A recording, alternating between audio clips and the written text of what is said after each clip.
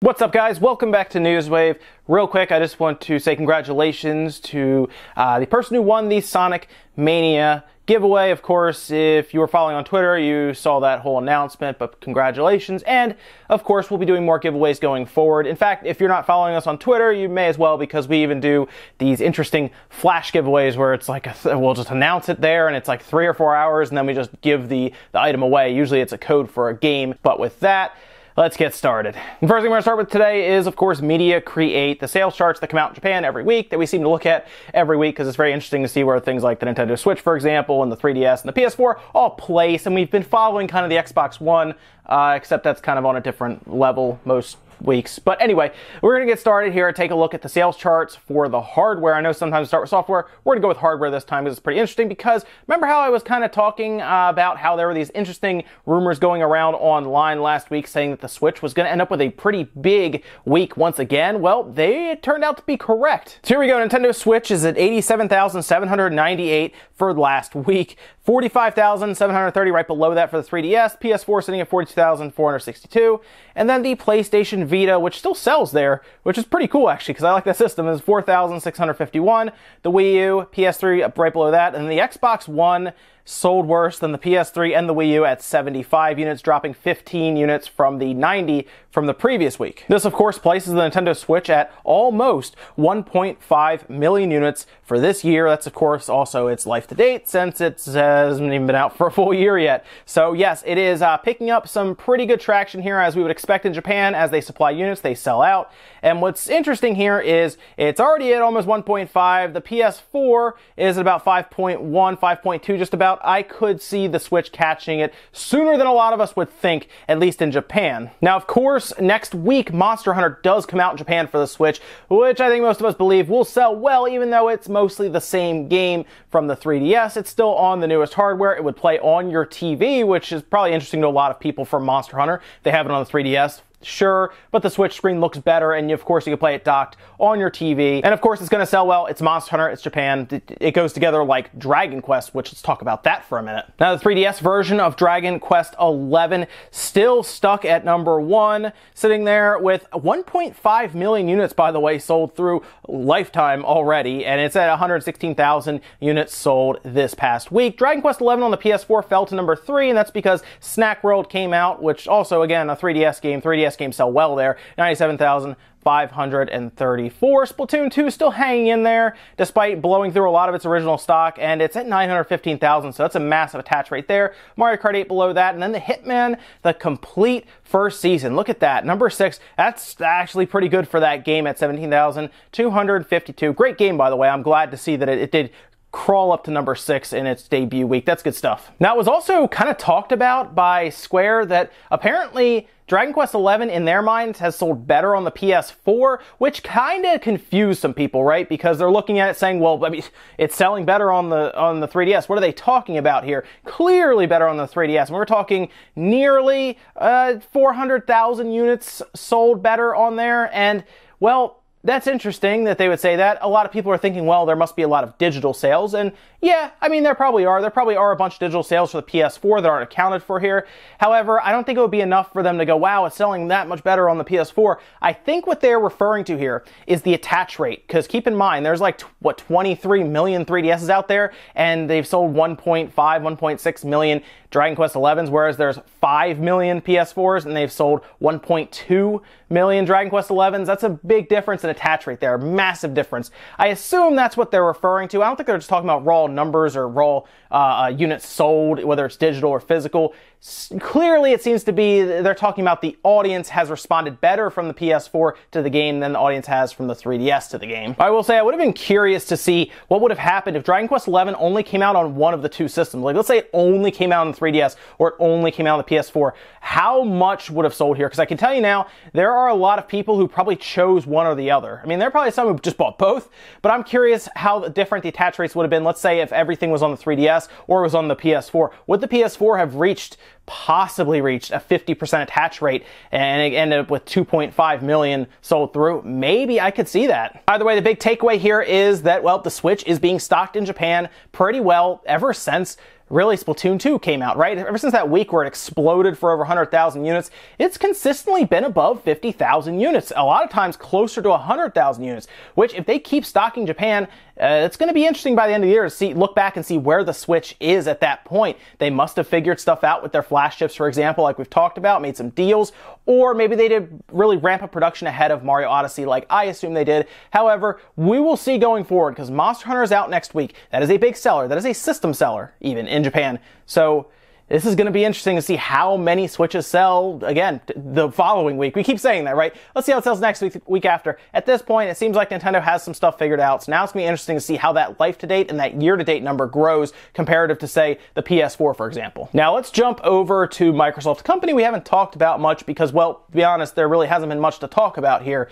And it looks like, really, this is a bad announcement for Microsoft because this was a game that was going to come out and at least help to move, I personally think, Xbox One X going forward, and that is that Crackdown 3 has been moved from November 7th of this year to sometime spring 2018. We don't even have an exact date. They have just pushed it back to mid next year from what we're seeing. This was reported to Polygon from Shannon Loftus, who is a Microsoft Studios publishing general manager, just talking to them about it and really just reporting that, well, it's going to be delayed. You're going to have to wait a little while. She said this. We're very excited about Crackdown 3, and so are many fans, and so it's a difficult call to move the release date. However, we want to make sure to deliver the right game with the right quality and at the right time. Crackdown 3 is a hugely ambitious game, and we want to ensure we deliver the right experiences all the way through every part of the game, whether it's the campaign, co-op multiplayer, or our competitive multiplayer mode, Wrecking Zone. Getting the balance right between the three modes is important, and we are going to take the extra development time to ensure that. Gamers can expect Crackdown 3 in spring of 2018. And if you feel like you've been waiting a while for this game, well, you kind of have. I mean, Crackdown 3 was announced at E3 2014, so yeah, it's been about 3 years now, and now we're going to go on 4 years probably, since I assume it's going to be out before next year's E3, I would hope at this point. And really, they have shown off some crazy stuff when they got started. Remember the destructible environments and things like that they're talking about? They were talking about cloud computing to make sure, well, buildings really destruct in different ways. They'll just kind of come apart and every piece is on its own, and it looked really crazy. Something that I think a lot of us couldn't believe, really, right? Well, now apparently that's, I guess, what they're still tackling. I feel like, from what they've said, they still don't have everything figured out with that aspect. I think there's something going on where it just doesn't work right yet, and they're still working through that, whether it's through their cloud platform that they're trying to have do computations in the background while you're playing online. Hard to say. It's a massive blow, by the way, to the Microsoft lineup going into Christmas time because there's not a lot there. Not that Sony really has a ton either, since a lot of their games at E3 were all 2018, right? It just seems like they're all kind of working on the third-party support, hoping that that will get them through to 2018. And it's not good because Microsoft is trying to push a brand new system that's very expensive, and I was positive Crackdown 3 would make it out in November because they need it, right? They need a game like that, a big blockbuster game. While some people don't really see Crackdown as one of Microsoft's big games, unless they have Halo, I mean, that's it. I know people say Forza's good. Forza's not a system seller. People aren't going to buy Xboxes specifically for that, well, because we've had so many of them, right? They're not going to go upgrade to an Xbox One X for a Forza 7, for example. It's just, I don't see that as a big thing. I could see something with Crackdown 3. Maybe it runs better on the Xbox One X with the destructible environments. Yeah, people might go out and buy it for that. It is more of an action-based shooter-style game. So yeah, the Xbox One X would sell with that game. Now it's a shame because they're pushing it 2018 when all of Sony's exclusives are dropping. Maybe that was a choice on their end to do that, to try to combat some of those. But, I mean, we saw what happened with Dead Rising 4 where it got lost in the shuffle. I mean, a lot of people didn't buy it because it was so crowded, and Microsoft's pushing Crackdown 3 possibly into that same situation. God of War may be around then, Spider-Man may be around then, and it's hard to say what else Sony has up their sleeve because that is the time of year Sony has been putting big games out. So it's going to be interesting here to see what Microsoft is going to do. However, there may be a bit of a little glimmer of hope here going forward into Gamescom this weekend. Now, what am I talking about? Well, it looks like Microsoft is going to have a full live stream this Sunday, August 21st. That's going to be at 12 p.m. Pacific time or 3 p.m. Eastern, my time.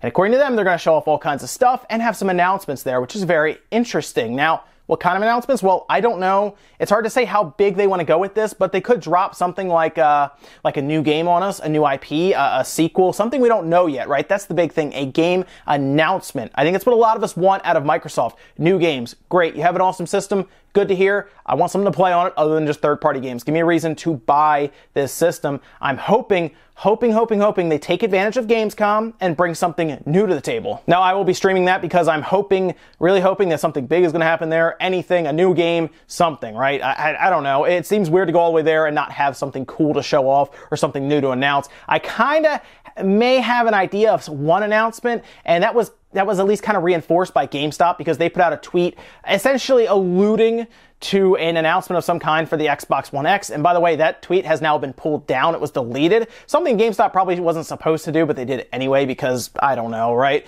Anyway, more than likely, based on GameStop putting that tweet out, we can probably expect a date or a time to start at least pre-ordering these systems. So we haven't been able to pre-order Xbox One X's, which is weird, right? That is what I think is one of the announcements. I'm hoping games, really, if they show up and just say, hey, look, you can now pre-order them. You could have done that in a press release. Don't go to a conference like that just to tell us we can now buy your item. Either way, this is going to be interesting, and I hope Microsoft has something figured out for Christmas. Really, that's a time when there's not a lot of first-party stuff from either sides with Sony and Microsoft that is, like, overwhelming. And I know there's a lot of third-party stuff showing up, but they could put something out and probably help push that Xbox One X out the door. They're relying on other companies to do it for them, and it seems so weird for that to be the case here when you have someone like, again, Sony is at least publishing and putting games on their platform, and Nintendo has an absolute monster, first-party lineup at this point. Somebody did a whole comparison, I think it was Gaming Bolt, and it showed just how similar at this point in the Xbox's past 2 years compared to Nintendo's past couple months. Really, the difference in first-party content, and the difference isn't much. The Nintendo seems to have, seriously the same, and of course, most of the games they showed there, minus like a Halo, you can get on the computer. So it's going to be interesting what Microsoft's strategy is here for this year, and I'm hoping Gamescom is a great place to kick off something new. And in our last bit of news, we did get finally a look at this point of gameplay for Monster Boy and the Cursed Kingdom. This is a game that I've been looking for ever since I really enjoyed Wonder Boy, which is an awesome game on the Switch and other platforms. I love that game. Really cool side scroller that kind of harkens back to the old school days. Really enjoyed it.